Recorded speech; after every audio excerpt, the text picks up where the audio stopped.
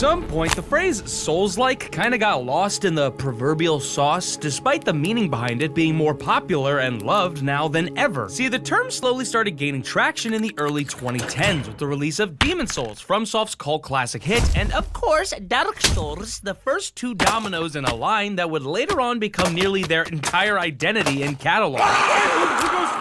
Whatever, these games were notoriously difficult, brutal, and unforgiving in a time where that wasn't a popular trope or common marketing gimmick yet. They were pretty vague when it came to the narrative and game mechanics and were almost purposely unapproachable, but players, arguably masochists, absolutely loved this new formula. Why? We had difficult games before Demon's Souls, obtuse games, gritty games, gothic games, precise melee combat, iframe dodge games. So what does it mean to be a Souls-like? And how did something so niche, so specific, and so unfriendly become such a massive driving force in the entire video game world?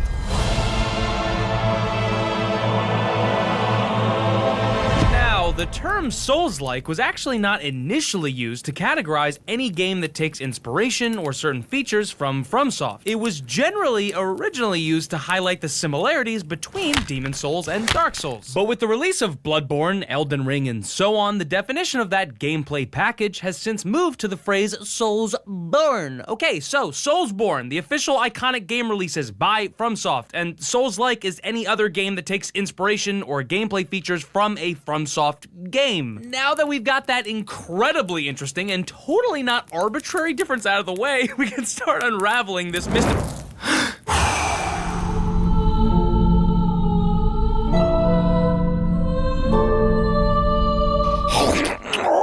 Damn, this is good.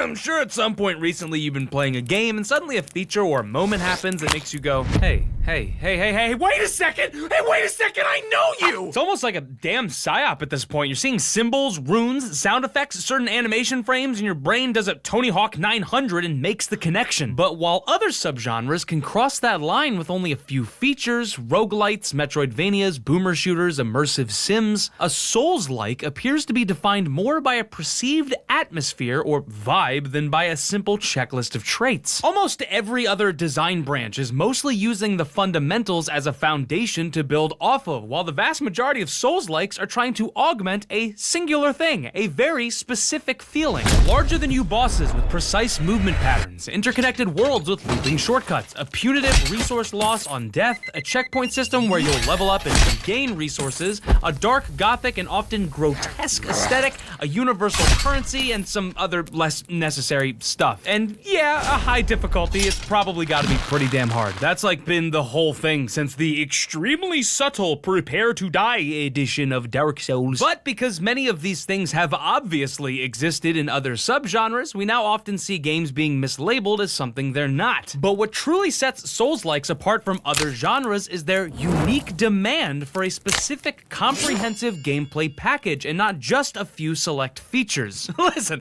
many even argue that Sekiro, a game made by FromSoft, isn't even a Soulsborne or a Souls-like. It's some more sinister, separate thing. I can't fucking bury all of this! Despite obviously having many of the same bones and feels as the others, to many it still doesn't have enough. When it comes to almost every style of game, our brains can click into almost any combination of genre or subgenre. Features merge, genres become blurred, and almost every version of that specific genre has been tried and tried again. But Souls-likes are in such a unique position, whereas other games are terrified of repetition, Souls-likes not only encourage it, they demand it.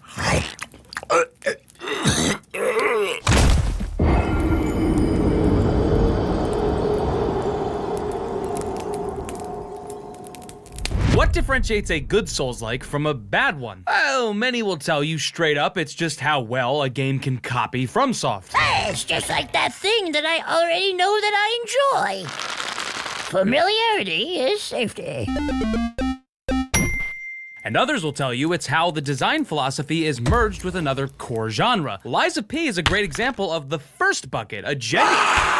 A genuinely outstanding title that obviously plucked more flowers than it grew. The game feel, frame data, NPC dialogue, and UI are so eerily similar to a FromSoft product that if I didn't know any better, I'd completely assume this game was made by FromSoft themselves. That's the interestingly unique difference here. Souls-like's kinda border on like cutesy plagiarism with a twist. And we all fucking love it because Lies of P feels like it was made by FromSoft, and that's the barrier of entry now. If you got that, then your brain lets you enjoy the rest of the title's specific features. But if you don't, that uncanny feeling of almost being right will subtract from any of the new features and directions the game is attempting to go in. It's like as a kid when you got the off-brand peanut butter cups.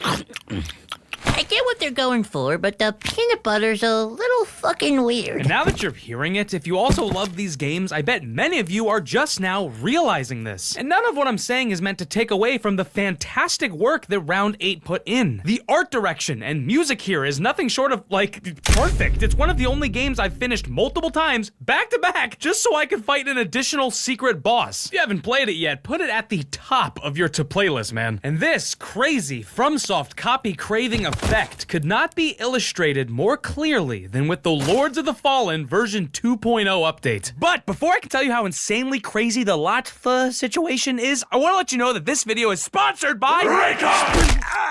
Now that the holidays are but a distant memory in the fog, it's a damn good time to upgrade your gear for the new year. Whether you're editing a project, listening to tunes, learning how to play Fool's Blade, or just trying to hit the gym more, I genuinely can't recommend Raycon's bone conduction headphones enough. They're actually fucking crazy. Other than sounding like a max level warlock spell, they sit outside of your ears so you're aware of what's going on around you while you listen to music. I personally found this really nice while taking walks.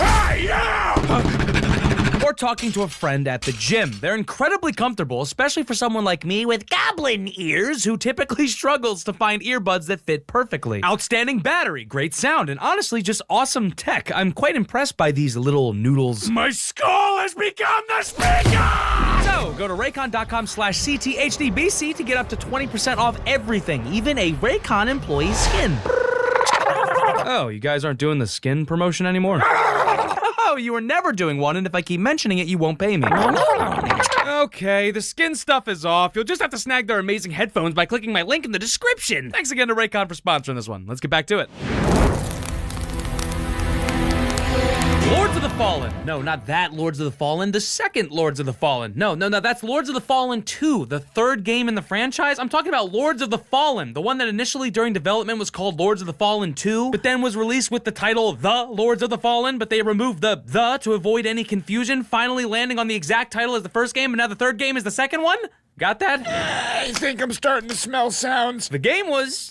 It was okay. The dual world gimmick where you could snap between the land of the living and the land of the dead to solve puzzles, kill enemies, and explore was actually pretty damn impressive. The armor designs were, dare I say it, sick as fuck, and the general quality was mostly pretty high. But the title released to middling reviews primarily due to its combat and overall feel. But what is a feel? I too have been wondering that all my life. Well, it was fucking weird and floaty, and the sound design felt like you were slapping ghouls with a wet broom, and the animations were a jittery, unintuitive mess that made timing attacks in a Time the Attack game a nightmare. So guess what? Nearly 2 years later, they just fucking updated it, changed animations, improved the sound effects, added a dedicated jump button, and even created a co-op pass. So now that it feels and sounds more like that one thing we know we like, it's no shock at all. And the community's reaction to this update was extremely positive. The stage is now set! The rules of the game are law! This realization is gradually dawning on both developers and gamers. When it comes to the FromSoft formula, when it comes to creating a Souls-like, what players want and frankly, what they expect is more or less more the same. I've never seen a genre bolted down this hard, and I think that's partially what makes it so special. Fans know what they love, and the game creators have now refined it down to a delicious science. But that same tasty truth has now fractured the Souls development space into two defined groups that have now taken over the entire modern gaming landscape.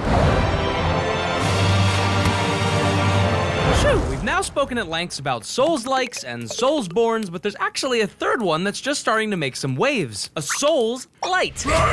Really? We're doing this? We're splitting hairs this much? I think it's actually really important to the conversation, Harold, and you're supposed to be dead. I cut you in half, remember? Oh, yeah.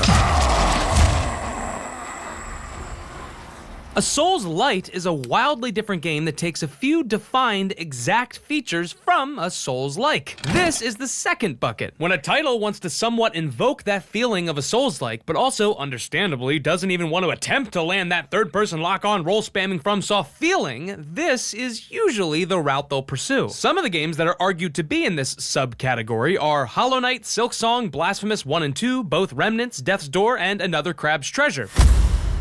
I've heard that one has the best voice acting. Not if I get there first! Think of all the tourists that treasure can bring to our city! Ha! Yeah, you go, kid. Roland can't tell us what to do. Back off! I saw it first!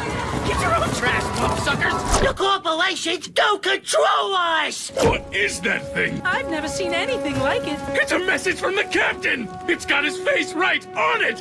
It's gotta be.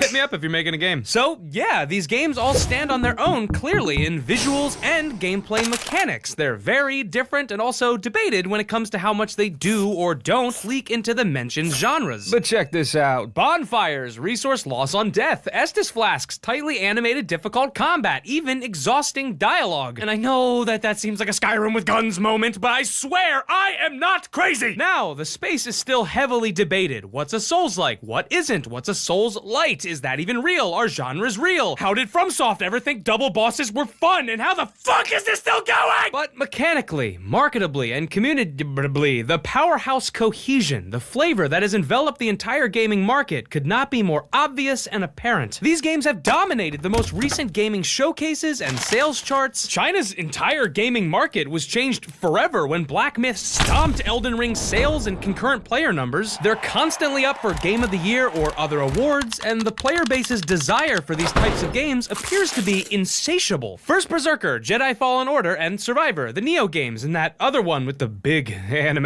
storyline and everything in between that's set to release soon. This genre and its branches for most players seems to be genuinely infectious, despite its frequently ambiguous definition and paradoxically its sometimes excessively detailed rule set. It's now entirely proven without a shadow of a Tree. doubt that once you go bonfire, you never go back prior.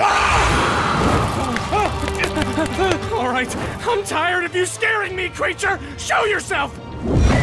Hidetaka Miyazaki? I've permanently reshaped the gaming landscape with various gameplay features and aesthetic elements. Yet somehow, the most crucial one is almost universally ignored. Which one? No, you can't do this. Anything but the swamp. Anything but the swamp.